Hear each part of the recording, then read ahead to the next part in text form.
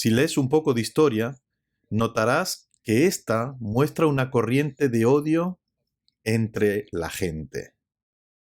Cuando era joven, había un grupo llamado The Kingston Trio que captaba esto muy bien en la letra de una canción que se hizo muy popular. Aquí comparto parte de esta letra. Hay disturbios en África, hambre en España, huracanes en Florida, Texas necesita lluvia. El mundo entero se está infectando de almas infelices. Los franceses odian a los alemanes odian a los polacos, los italianos odian a los yugoslavos, los sudafricanos odian a los holandeses, y a mí no me gusta nadie mucho. Resonó en tanta gente que se convirtió en todo un éxito musical, conmemorando el odio. Y llegamos a nuestros días y seguimos viendo el odio en todas partes.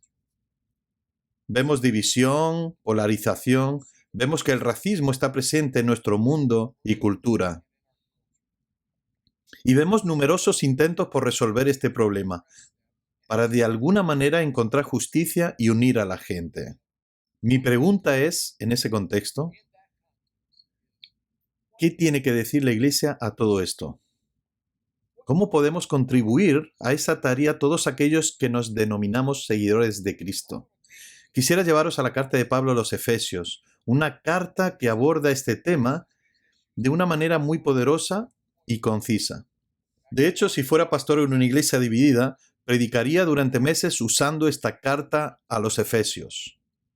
Cualquiera que me conoce bien sabe que soy bastante parcial con esta carta. Así que, para poneros en contexto, la iglesia en Éfeso se encontraba polarizada, dividida por el odio entre los judíos y los gentiles. Pero por causa de la gran distancia en el tiempo entre ellos y nosotros, es fácil minimizar y subestimar el poder del odio que existía.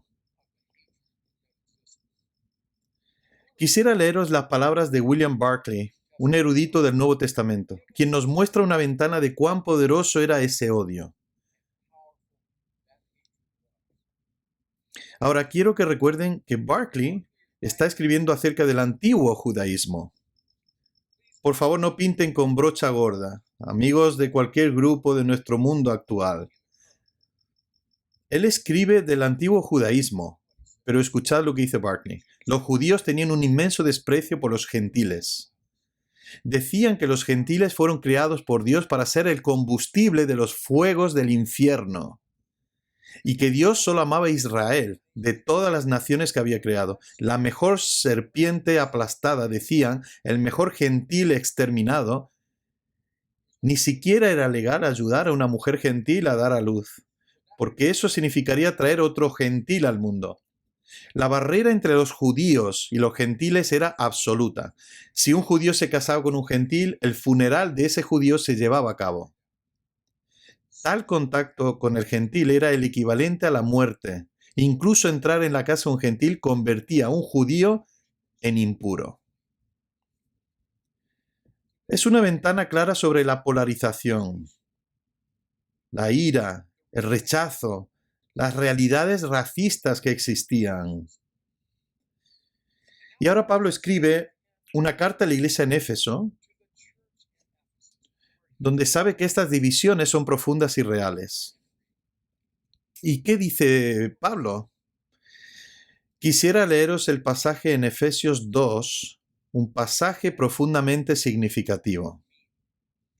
Es un pasaje largo, pero merece la pena tomar el tiempo para leerlo. Efesios 2, versículo 11, y dice así: Por lo tanto, recuerden ustedes los gentiles de nacimiento, los que son llamados incircuncisos por aquellos que se llaman de la circuncisión, la cual se hace en el cuerpo por mano humana. Recuerden que en ese entonces ustedes estaban separados de Cristo, excluidos de la ciudadanía de Israel y ajenos a los pactos de la promesa, sin esperanza y sin Dios en el mundo. Pero ahora en Cristo Jesús, a ustedes que antes estaban lejos, Dios los ha acercado mediante la sangre de Cristo. Porque Cristo es nuestra paz. De los dos pueblos ha hecho uno solo, derribando mediante un sacrificio el muro de enemistad que nos separaba, pues anuló la ley con sus mandamientos y requisitos. Esto lo hizo para crear en sí mismo de los dos pueblos una nueva humanidad al hacer la paz, para reconciliar con Dios a ambos en un solo cuerpo mediante la cruz, por la que dio muerte a la enemistad. Él vino y proclamó paz a ustedes que estaban lejos y paz a los que estaban cerca. Pues por medio de él tenemos acceso al Padre por un mismo espíritu.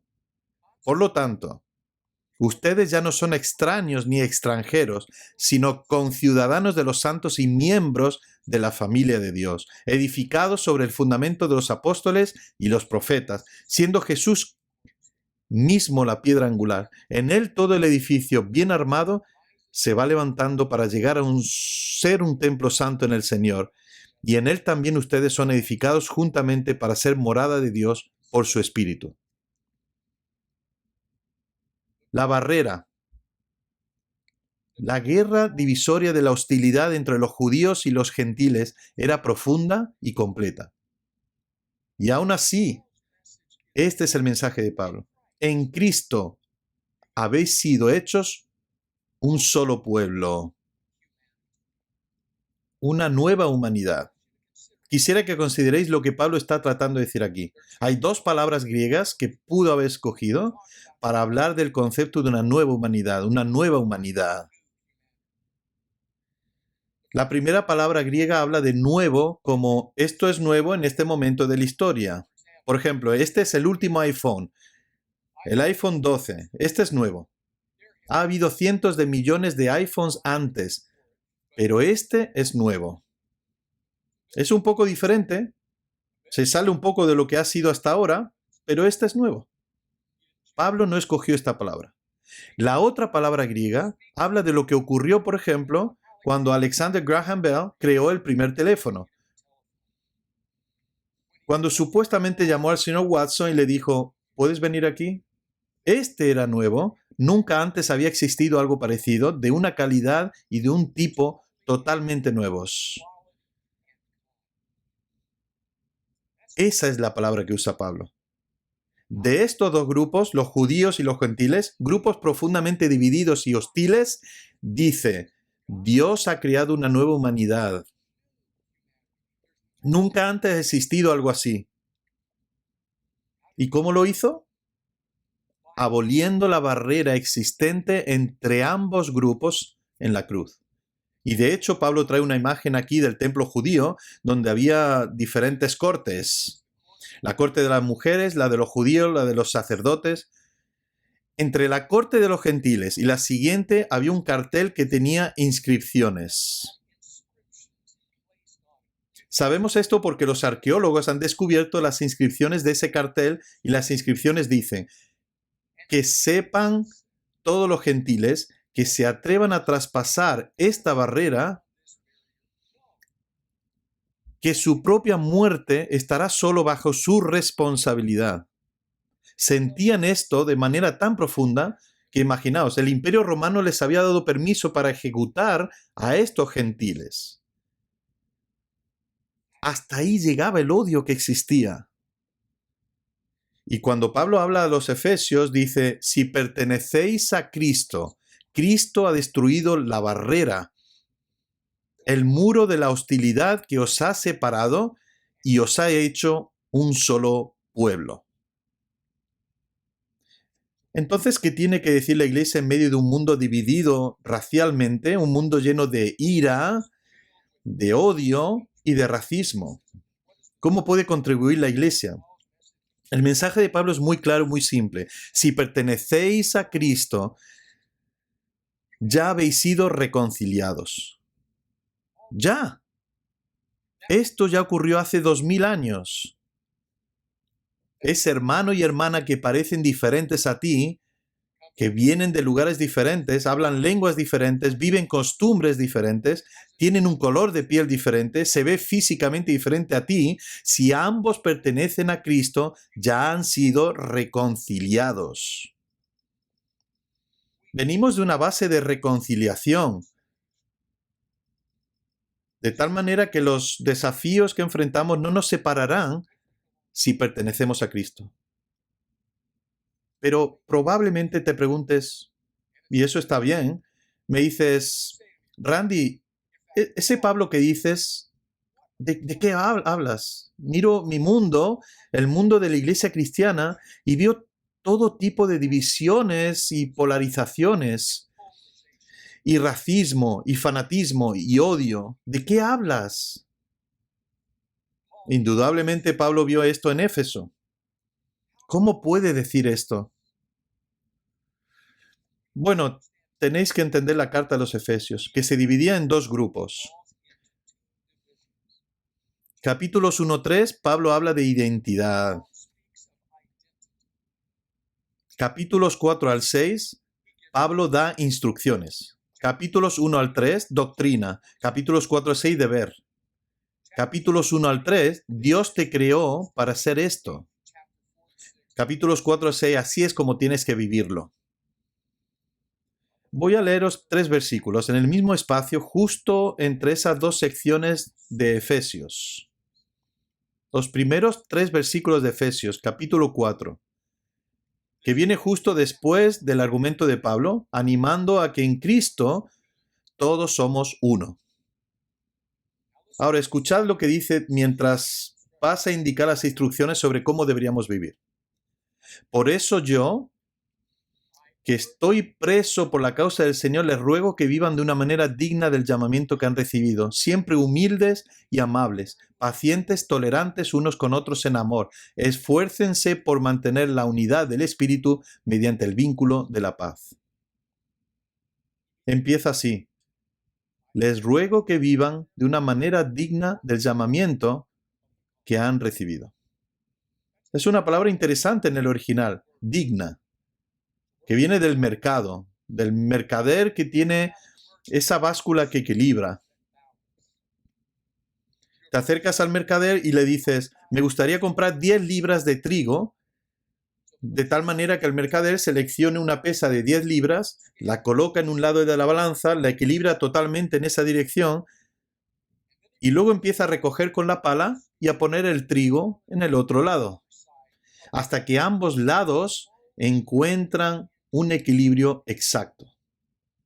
Cuando alcanzan dicho equilibrio, ese trigo se ha convertido en algo digno de su peso. De ahí viene la palabra.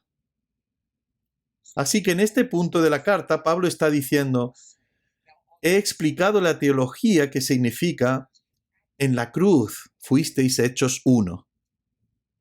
En este lado dice, quiero que sigáis derramando vuestra vida sobre este otro lado, viviéndola como un testimonio a los demás. Seguid derramándola sobre este lado hasta que sea digna del llamado, hasta que se equilibre con lo que Dios ha hecho por vosotros.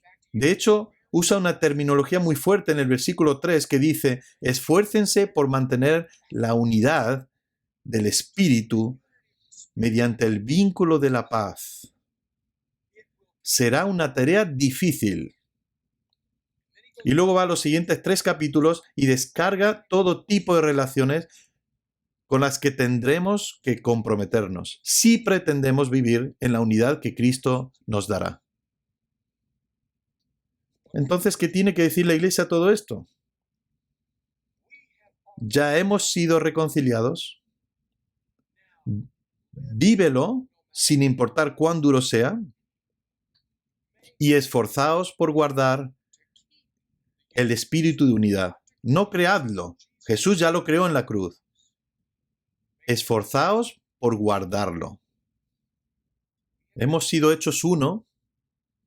Ahora debemos esforzarnos por vivir como uno, sin importar cuán duro sea. Aquí va una historia. Una historia del editor de Christianity Today. Un editor llamado Ed Gilbreth, un caballero que fue conocido como un pastor afroamericano. Escuchad lo que dijo este pastor. Era el tercer año de mi ministerio y recibí una llamada de un prominente líder blanco que me pedía que almorzara con él. Mientras nos sentábamos para comer, de repente empezó a llorar. Me contó que Dios le había bendecido, que sus hijos estaban sanos, que era conocido en todo el país, pero dijo, me cuesta mucho conciliar el sueño. Y pensé en ese momento, ¿por qué me está contando todo esto? Yo no soy un terapeuta. Acabo de volver de una conferencia anual desde el otro lado del país, me dijo el hombre, donde nos reunimos para discutir acerca de la reconciliación en ministerio multicultural. Normalmente, cuando vienen líderes afroamericanos a esta reunión, les hacemos sentirse como en casa y ser parte del proceso de la toma de decisiones. Pero para ser honesto contigo, las decisiones ya se han tomado incluso antes de que esos líderes lleguen a dicha reunión. Estoy acostumbrado a escuchar las bromas sobre el uso de las palabras N, pero esta vez cuando las bromas continuaban y la gente seguía con esto, no me pareció correcto. ¿Cómo puedo superar esto? Continuó diciéndome ese líder mientras sollozaba. ¿Cómo podemos ser amigos? Me quedé en silencio por un momento, dice este líder afroamericano. Y le pregunté, ¿te gusta el fútbol? Pareció un poco desconcertado, pero dijo, sí. Yo también, le dije, solía entrenar en la secundaria y en la universidad y tengo muchos amigos que juegan como profesionales.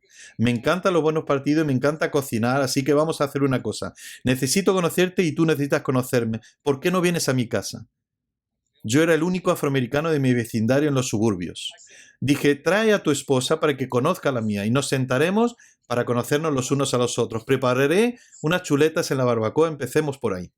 Se echó hacia atrás. Dijo, ¿quieres que vaya a tu casa? Sí, le dije. Si quieres que me siente aquí y limpie tu conciencia por toda la basura que sacaste ahí, no puedo hacer eso. La amistad no es barata. Lleva tiempo y compromiso. Le di el número de teléfono de mi casa y le dije que me llamara. Nunca más volví a saber de él. No es fácil. Pero si hemos estado en el Calvario, es nuestro llamado, nuestro mandato, nuestra obligación. Porque cuando se trata de este mundo polarizado en el que vivimos, dividido por la injusticia racial, el odio y la violencia, la Iglesia tiene un mensaje claro. Ya hemos sido reconciliados en la cruz. Pero también hay otro mensaje igual de claro. Por lo tanto, esforzaos.